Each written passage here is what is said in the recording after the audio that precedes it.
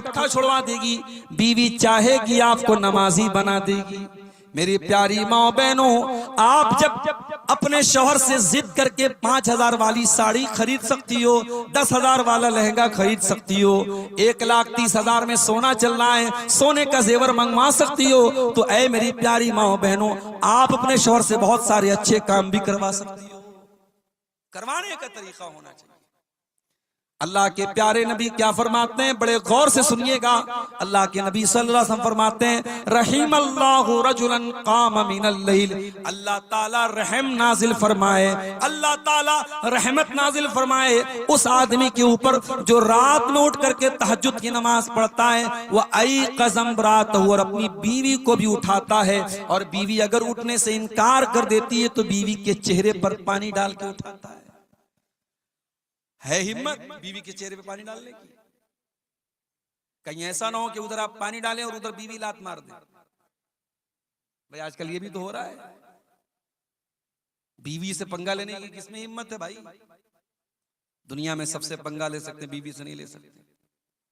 वो एक लतीफा है, एक आदमी की बीवी बहुत शक करती थी उसके ऊपर, बड़ा परेशान रहता था, महीने में 2-4 दिन मायके जाती थी, उसमें भी फोन पर फोन करती रहती थी, कहाँ हैं आप, क्या कर रहे हैं आप?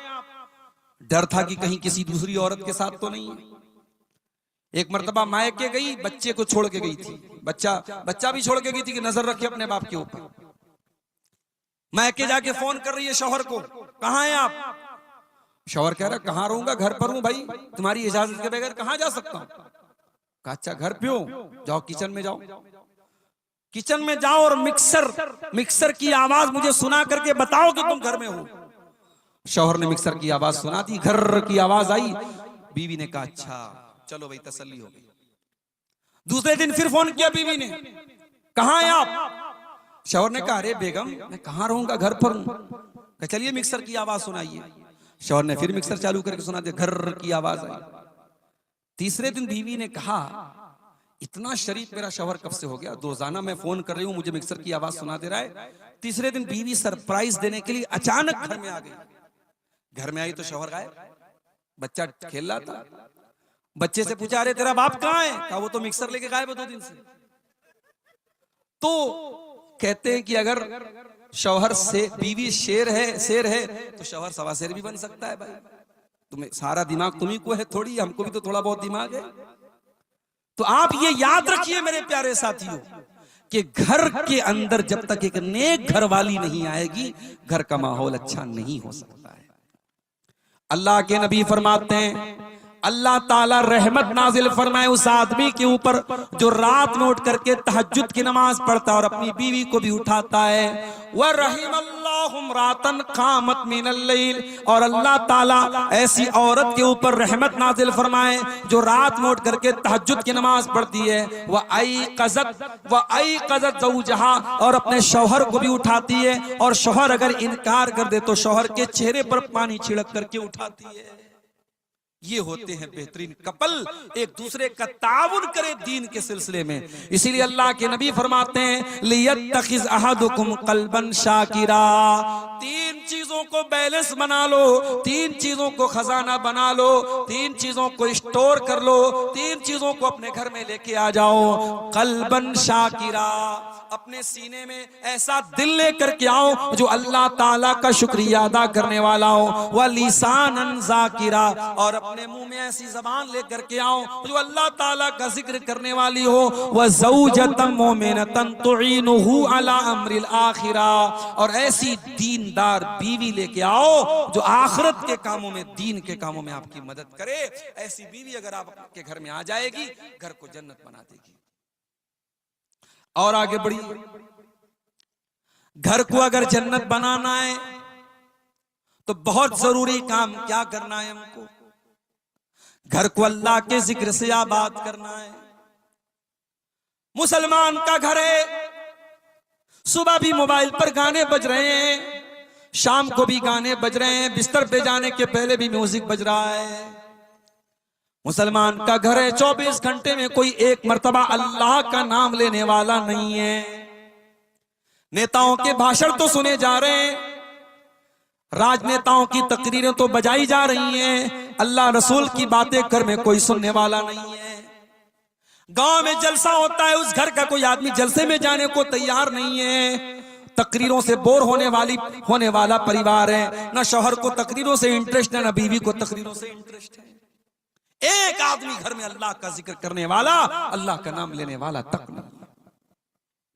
मेरे प्यारे भाइयों, ऐसे घर को अल्लाह के नबी ने मुर्दा करार दिया। आपने फरमाया मसलुल बैतिल्लज़ी युज़करुल्लाहु फीही वल बैतिल्लज़ी ला युज़करुल्लाहु फीही। जिस घर में अल्लाह का नाम लिया जाए वो घर जिंदा है, और जिस घर में अल्लाह का नाम न लिया जाए वो घर मुर्दा है। वो घर मुर्दा है, अल्लाह के नबी ने उसको मुर्दा करार दिया है। अपने घर को जिंदा करो मेरे भाइयों, अल्लाह के जिक्र से आबाद करो। बहुत आसान तरीका बता देता हूं। जब भी घर में दाखिल हुआ करो, बिस्मिल्लाह पढ़ के दाखिल हुआ करो, और जब घर के बाहर निकला करो, बिस्मिल्लाहि तवक्कलतु अलल्लाहि ला हौला वला कुव्वता इल्ला बिल्लाह पढ़ लिया करो। क्या फायदा होगा मौलवी साहब? आइए मैं फायदा भी बता देता हूं। सही मुस्लिम की रिवायत है, अल्लाह के प्यारे रसूल फरमाते हैं जब इंसान घर में दाखिल होने के टाइम बिस्मिल्लाह पढ़ता है तो शैतान भाग जाता है और कहता है ला मबीत लकुम हाहुना।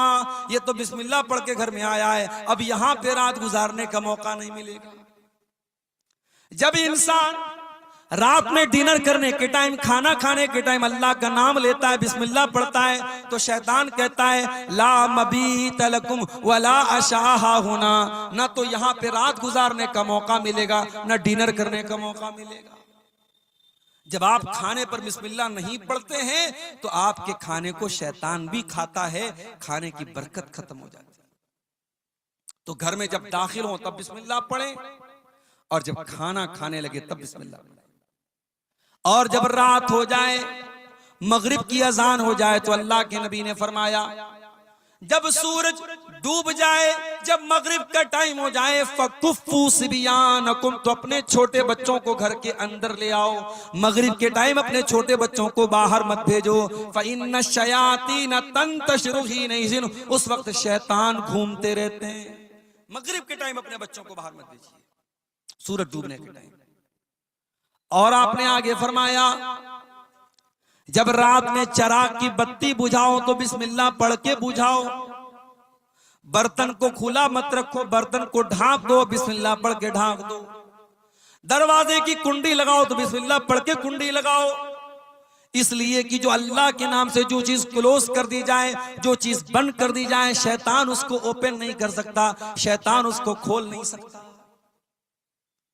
अल्लाह का नाम लेके आप दरवाजे को बंद कीजिए।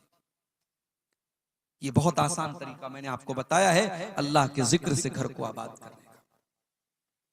और जब आप घर के बाहर निकलें, बिस्मिल्लाहि तवक्कलतु अलल्लाहि ला हौला वला कुव्वता इल्ला बिल्लाह पढ़ लें। ये दुआ जब आप पढ़ के निकलेंगे, शैतान आपके करीब नहीं आएगा, फरिश्ता आपकी हिफाजत करेगा। फरिश्ता आपसे कहेगा कद वोकीता, आपको अल्लाह ताला की तरफ से बचा लिया गया। आप इतनी प्यारी दुआ पढ़ करके घर से निकले।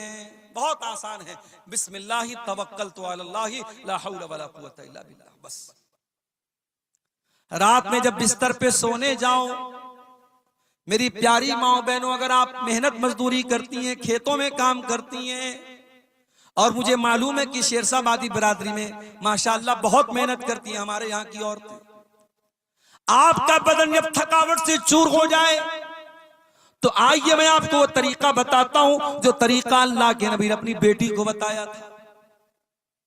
क्या तरीका बताया था? हजरत फातिमा चक्की चलाती थी, उनके हाथों में छाले पड़ गए थे। हजरत अली भी बहुत मेहनत करते थे।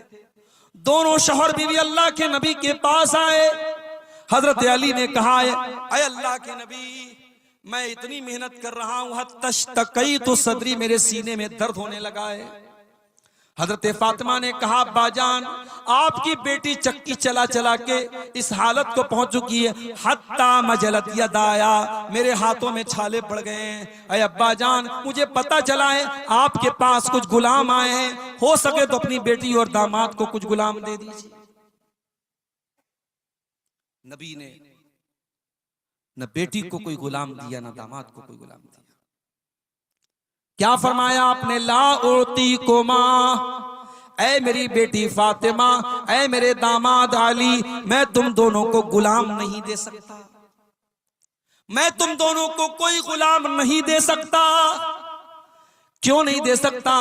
क्योंकि मेरे जो मस्जिद के अंदर जो दीन सीखने वाले साहब आए, असहाबे सुफ़्फ़ा हैं, जो दीन के स्टूडेंट्स हैं, उनके पास खाने को अनाज नहीं है, उनके पास खाने को खाना नहीं है, उनके पास तन ढांपने को कपड़ा नहीं है। ऐ अली, ऐ फातिमा, जब तक मैं उनकी जरूरत को पूरी ना कर दूं, मैं तुमको वो खादिम गुलाम नहीं दे सकता। हाँ, मैं उससे बेहतर तरीका तुमको बता रहा हूं। जब तुम रात में बिस्तर पे सोने जाओ तो 33 बार सुभान अल्लाह पढ़ लिया करो, 33 बार अल्हम्दुलिल्लाह पढ़ लिया करो, और 34 मरतबा अल्लाहु अकबर पढ़ लिया करो। फज़ालिकुमा खैरुल लकुमा मिन खादिम, तुम्हें किसी खादिम की, किसी नौकर की जरूरत नहीं पड़ेगी।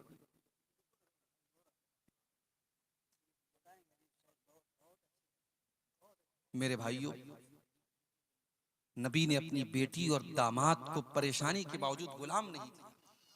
नबी ने तस्बीह सिखाई है, और हजरत अली कहते हैं कि ये तस्बीह जब नबी ने जिस दिन से नबी ने मुझको सिखाई है, उस दिन से लेकर के जब तक मैं जिंदा हूं, ये तस्बीह कभी मैंने छोड़ी नहीं है। सवाल करने वाले सवाल किया है, अली आपकी जिंदगी में एक रात आई थी, सिफ़ीन की लड़ाई वाली रात, क्या उस रात भी आप ये तस्बीह पढ़ के सोए थे? कहा कि हाँ, उस रात में ये तस्बीह पढ़ के सोया था। मेरे प्यारे भाइयों, सहाबे किराम 2-2 घंटे तकरीरें नहीं सुनते थे, हाँ जो सुनते थे अमल करते थे। नबी ने ये तस्बीह सिखाई तो इस तस्बीह के ऊपर हजरत अली ने अमल किया, हजरत फातिमा ने अमल किया। अपने घरों को अल्लाह के जिक्र से आबाद करो मेरे प्यारे साथियों, सुबह शाम के अज़कार पढ़ो। और आज अल्हम्दुलिल्लाह सबके हाथ में मोबाइल है, आप मोबाइल पर देख करके भी पढ़ सकते हैं। आप गूगल प्ले स्टोर पे जाएं और दुआ की कोई अच्छी सी किताब डाउनलोड कर लें, उसमें सुबह शाम के अज़कार आपको मिल जाएंगे। सुबह शाम के अज़कार आप देख करके भी पढ़ें, आप यकीन करें सुबह शाम के अज़कार आप पढ़ेंगे, बहुत सारी परेशानियों से आप बच जाएंगे। अब तो साहब इतने ज्यादा केस आ रहे हैं, मैं जहां जा रहा हूं, मौली साहब मेरी बेटी के ऊपर जिन्नात आ गया है, मेरी बेटी को जिन्नात परेशान कर रहा है, मेरे घर में जो है कोई साया है, कोई मसला है। क्यों आ रहे ये सारे मसले? क्योंकि हमने अपने घरों को मुर्दा बना दिया है। हमारे घरों में अल्लाह का जिक्र करने वाला कोई नहीं, अल्लाह का नाम लेने वाला कोई नहीं है।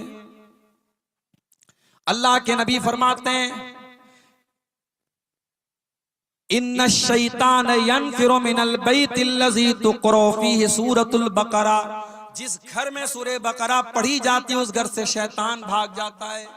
एक साहब मुझसे पूछने लगे, मौली साहब अगर मोबाइल पर हम सूरह बकरा को चालू कर दें और बड़े बड़े स्पीकर लगा दे घर में और सूरह बकरा की आवाज पूरे घर में गूंजे तो क्या शैतान भाग जाएगा? मैंने कहा भैया शैतान से पूछना पड़ेगा शैतान से कि वो मोबाइल पर चलने वाले कुरान की तिलावत से उसके ऊपर असर पड़ेगा कि नहीं। तो इस सवाल का जवाब तो शैतान ही दे सकता है। क्या हाल हो गया है हमारा, बर्गर और पिज्जा खाते खाते, फास्ट फूड खाते खाते हम इतने फास्ट हो गए, इतने शॉर्टकट तलाश करने लगे कि हमें कुरान पढ़ने में भी अब जो है सुस्ती हो रही है। हम चाहते हैं कि कुरान मोबाइल पर हम चलाते, हमें ना पढ़ना पड़े। बनारस में एक हमारे दोस्त हैं, हाफिज कुरान हैं, उन्होंने कहा मौली साहब एक आदमी अपने घर में हमको बुला रहा है, 40 दिन तक सूरह बकरा पढ़ने के लिए कह रहा है और मुझको 5000 रुपया देगा। मैंने कहा खबरदार मत जाना वहां पे। मैंने कहा कुरान पढ़ने से शैतान भागता है, हदीस में आया है, मगर किराया दे करके किसी दूसरे को पढ़वा करके शैतान नहीं भागेगा, ये हदीस में नहीं आया। आपको खुद कुरान पढ़ना है। हमारे घरों में आज कुरान कोई पढ़ने वाला नहीं है। मेरे साथ एक नज्म है, कुरान की फरियाद, कभी मौका मिले यूट्यूब पर सर्च कर लीजिएगा, मिल जाएगी आपकी। कुरान फरियाद करता है, ताकों में सजाया जाता हूँ, धो धो के पिलाया जाता हूँ, आंखों से लगाया जाता हूँ, तावीज बनाया जाता हूँ। कुरान के साथ ये सब हो रहा है। कोई आंखों से लगा रहा है, कोई तावीज बना रहा है, कोई धो धो के पिला रहा है। कुरान पढ़ना कोई नहीं चाहता, कुरान पर अमल कोई नहीं करना चाहता। अल्लाह के नबी फरमाते हैं मसलुल बैतिल्लज़ी युज़करुल्लाहु फीही वल बैतिल्लज़ी ला युज़करुल्लाहु फीही। जिस घर में अल्लाह का नाम लिया जाए वो घर जिंदा है, और जिस घर में अल्लाह का नाम ना लिया जाए वो घर मुर्दा है। मैं आपको 1400 साल पीछे लेके चलता हूं। नबी की मस्जिद में चलिए, किबला की तरफ खड़े हो जाइए, आपके लेफ्ट साइड में कुछ कमरे मिलेंगे। ये छोटे छोटे कमरे हैं, मिट्टी का फर्श है, कच्ची ईंटों की दीवार है, और खजूर के तने का पिलर है, और खजूर की टहनियों का छप्पर है। इन कमरों में टाइल्स नहीं लगा है, इन कमरों में मार्बल नहीं लगा है, इन कमरों में सीमेंट की दीवार नहीं है, इन कमरों में कोई पेंट नहीं हुआ है। मगर अल्लाह की कसम ये कमरे बड़े बरकत वाले हैं। इन कमरों में जनाबे मुहम्मदुर रसूलुल्लाह सल्लल्लाहु अलैहि वसल्लम रहते हैं। इन कमरों में इस उम्मत की माएँ रहती हैं। इन कमरों में नबी अकरम की बीवियां रहती हैं। ये कमरे कितने ऊंचे हैं। सईद इब्ने मुसय्यब कहते हैं मैं उस्माने गनी के दौर में नबी के कमरे में गया, मैंने हाथ उठाया, मेरा हाथ मकान की छत में टच हो गया। यानी छत भी बहुत ज्यादा ऊंची नहीं थी। और कमरे का स्पेस कितना था, कमरे का क्षेत्रफल कितना था, कितना बड़ा कमरा था। इतना बड़ा कमरा था कि अल्लाह के प्यारे नबी जब तहज्जुद की नमाज पढ़ा करते थे तो सजदे में जाने के टाइम हजरत आयशा को अपना पैर हटाना पड़ता था। यानी उस कमरे में इतनी गुंजाइश भी नहीं थी कि हजरत आयशा लेटी हो और अल्लाह के प्यारे नबी आराम से सजदा कर सकें। ये छोटे छोटे कमरे थे मेरे प्यारे साथ। कमरे छोटे थे, लेकिन इन कमरों में कुरान उतरता था, इन कमरों में बरकत उतरती थी, इन कमरों में नूर उतरता था, इन कमरों में अल्लाह के प्यारे नबी रहा करते थे। इन कमरों में रात में कुरान पढ़ा जाता था, तहज्जुद पढ़ी जाती थी। अल्लाह के नबी रातों को रोया करते थे। सलाम उस पर जो उम्मत के लिए रातों को रोता था, सलाम उस पर जो फर्शे खाक पर जाड़े में सोता था, सलाम उस पर के जिसके घर में चांदी थी न सोना था, सलाम उस पर के टूटा बोरिया जिसका बिछौना था। उस नबी ने हमको बताया कि मकान में बरकत अल्लाह को याद करने से आती है, मकान को आलीशान बनाने से मकान खूबसूरत नहीं होता है मेरे साथ।